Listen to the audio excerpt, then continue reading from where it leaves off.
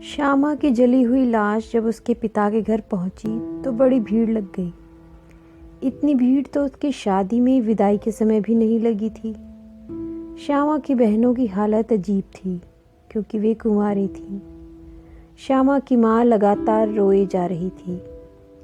रिश्तेदार उसे दिलासा भी क्या देते। श्यामा के पिता जली हुई श्यामा को देख रहे थे। उनकी आंखों से आंसू बहे चले जा रहे थे। श्यामा का पति और देवर पास खड़े थे। श्यामा के पति ने श्यामा के पिताजी से कहा, पापा आप रोते क्यों हैं? श्यामा को विदा करते समय आपने ही तो कहा था कि बेटी तुम्हारी डोली इस घर से जा रही है। अब तो ससुराल से तुम्हारी अर्थी ही निकले। देवर बोला, चाचा जी श्यामा ने आपकी इच्छा जल्दी ही पूरी कर दी। श्यामा के ससुर जी बोले, बेकार समय न बर्बाद करो, अब यहाँ तमाशा न लगाओ, चलो जल्दी क्रियाक्रम कर दिया जाए। श्यामा की जली हुई लाश थाने पहुंची तो वहां पहले से ही 2 नवविवाहिता लड़कियों की जली हुई लाशें रखी थीं। थाने में शांति थी। पीपल के पत्ते हवा में खड़खड़ा रहे थे और जीप का इंजन लंबी लंबी सांसें ले रहा था। दरोगा जी को खबर हो गई तो वे पूजा इत्यादि करके बाहर निकले और श्यामा की जली हुई लाश को देखकर बोले, यार ये लोग एक दिन में एक ही लड़की को जलाकर मारा करें, एक दिन में 3-3 लड़कियों की जली लाशें आती हैं, कानूनी कार्यवाही भी ठीक से नहीं हो पाती। सिपाही बोला, सरकार इससे तो अच्छा हमारे गांव के लोग करते हैं, लड़कियों को पैदा करते ही पानी में डुबोकर मार डालते हैं। दरोगा बोला, ईश्वर सबको सद्बुद्धि दे। श्यामा की लाश अदालत पहुंची। जब सबके बयान हो गए तो श्यामा की जली हुई लाश उठकर खड़ी हो गई और बोली, जज साहब मेरा भी बयान दर्ज किया जाए। श्यामा के पति का वकील बोला, मिलॉर्ड ये नहीं हो सकता, जली हुई लड़की कैसे बयान दे सकती है? पेशकार बोला, सरकार ये तो गैर कानूनी होगा। क्लर्क बोला, हजूर ऐसे होने लगा तो कानून व्यवस्था का क्या होगा? श्यामा ने कहा, मेरा बयान दर्ज किया जाए। अदालत ने कहा, अदालत तुम्हारा बयान दर्ज नहीं कर सकती क्योंकि तुम जलकर मर चुकी हो। श्यामा ने कहा, दूसरी लड़कियां तो जिंदा हैं। अदालत ने कहा, ये तुम दूसरी लड़कियों की बात कहां से निकाल बैठी? श्यामा की जली लाश जब अखबार के दफ्तर पहुंची तो नाइट शिफ्ट का एक सब एडिटर मेज पर सिर रखे सो रहा था। श्यामा ने उसका कंधा पकड़कर जगाया तो वो आंखें मलता हुआ उठकर बैठ गया। उसने श्यामा की तरफ देखा और उसे आपका अपना शहर पन्ने के कोने में डाल दिया। श्यामा ने कहा, अभी 3 साल पहले ही मेरी शादी हुई थी। मेरे पिता ने पूरा दहेज दिया था, लेकिन लालची ससुराल वालों ने मुझे दहेज के लालच में, अपने लड़के की दूसरी शादी के लालच में मुझे जलाकर मार डाला। सब एडिटर बोला, जानता हूँ, वही लिखा है, हम अखबार वाले सब जानते हैं। तो तुम पहले पन्ने में क्यों नहीं डालते? श्यामा ने कहा। सब एडिटर बोला, मैं तो बहुत चाहता हूँ पर तुम ही देख लो, पहले पन्ने में जगह कहाँ है? लीड न्यूज़ लगी हैं, देश ने 100 अरब रुपए के हथियार खरीदे हैं। सेकंड लीड है, मंत्रिमंडल में चांद पर रॉकेट भेजने का निर्णय लिया है। 8 आतंकवादी मार गिराए गए हैं और सुपर डुपर स्टार को हॉलीवुड की फिल्म में काम मिल गया है। बाकी पेज में फिटम फिट अंडरवियर है। कहीं कोने में ही लगा दो। श्यामा बोली, लगा देता पर नौकरी चली जाएगी। श्यामा की जली हुई लाश जब प्रधानमंत्री सचिवालय पहुंची तो हड़कंप मच गया। सचिव वचिव उठ उठकर भागने लगे। संतरी पहरेदार डर गए। उन्हें श्यामा की शक्ल अपनी लड़कियों सी मिलती जुलती लगी। इतने में विशेष सुरक्षा दस्ते वाले छापामार युद्ध में दक्ष कमांडो आ गए और श्यामा की तरफ बंदूकें संगीनें तानकर खड़े हो गए। पुलिस अधिकारी ने कहा, 1 कदम भी आगे बढ़ाया तो गोलियों से छलनी कर दी जाओगी। मैं प्रधानमंत्री से मिलना चाहती हूँ।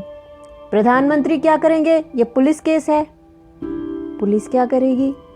अदालत में मामला ले जाएगी। अदालत क्या करेगी?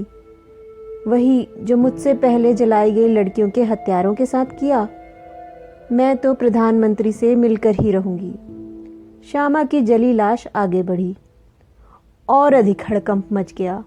उच्च स्तरीय सचिवों की बैठक बुला ली गई और तय पाया गया कि श्यामा को प्रधानमंत्री के सामने पेश करने से पहले गृह मंत्री, विदेश मंत्री, वित्त मंत्री, समाज कल्याण मंत्री आदि को बुला लिया जाए। नहीं तो न जाने श्यामा प्रधानमंत्री से क्या पूछ ले कि जिसका उत्तर उनके पास न हो। श्यामा की जली हुई लाश जब बाजार से गुजर रही थी तो लोग अफसोस कर रहे थे, यार बेचारी को जलाकर मार डाला। क्या करें यार, ये तो रोज का खेल हो गया। पर यार इस तरह 90% जली है। अरे यार, इसके पापा को चाहिए था कि मारुति दे ही देता। कहाँ से लाता? उसके पास तो स्कूटर भी नहीं है, तो फिर लड़की पैदा ही क्यों की? इससे अच्छा तो एक मारुति पैदा कर देता। श्यामा की जली हुई लाश जब अपने स्कूल पहुंची तो लड़कियों ने उसे घेर लिया। न श्यामा कुछ बोली, न लड़कियां कुछ बोली। न श्यामा कुछ बोली, न लड़कियां कुछ बोली। न श्यामा कुछ बोली, न लड़कियां कुछ बोली। खामोशी बोलती रही। कुछ देर के बाद एक टीचर ने कहा, 8वीं में कितने अच्छे नंबर आए थे इसके। दूसरी टीचर ने कहा, 10वीं में इसके नंबर अच्छे थे। तीसरी ने कहा, आगे पढ़ती तो इसका करियर अच्छा बनता। श्यामा की लाश होठों पर उंगलियां रखकर बोली, आदमी भी सुन रहे हैं। श्यामा की जली हुई लाश उन पंडित जी के घर पहुंची जिन्होंने उसके फेरे लगवाए थे। पंडित जी श्यामा को देखकर पहचान गए। श्यामा ने कहा, पंडित जी मुझे फेरे फिर से लगवा दो। पंडित जी बोले, बेटी अब तुम जल चुकी हो, अब तुमसे कौन शादी करेगा। श्यामा बोली, पंडित जी शादी वाले नहीं, उल्टे फेरे लगवा दो। पंडित जी बोले, बेटी तुम चाहती क्या हो। श्यामा बोली, तलाक। पंडित जी ने कहा, अरे तुम जल चुकी हो, तुम्हें क्या फर्क पड़ेगा तलाक से। श्यामा बोली, हाँ आप ठीक कहते हैं, उल्टे फेरों से न मुझ पर अंतर पड़ेगा, न आप पर अंतर पड़ेगा, न मेरे पति पर फर्क पड़ेगा, पर जिनके सीधे फेरे लगने हैं उन पर तो अंतर पड़ेगा। श्यामा की जली हुई लाश भगवान के घर पहुंची तो भगवान सृष्टि का काम चलाने का कठिन काम बड़ी सरलता से कर रहे थे। श्यामा ने भगवान से पूछा, सृष्टि के निर्माता आप ही हैं? भगवान छाती ठोक कर बोले, हाँ मैं ही हूं।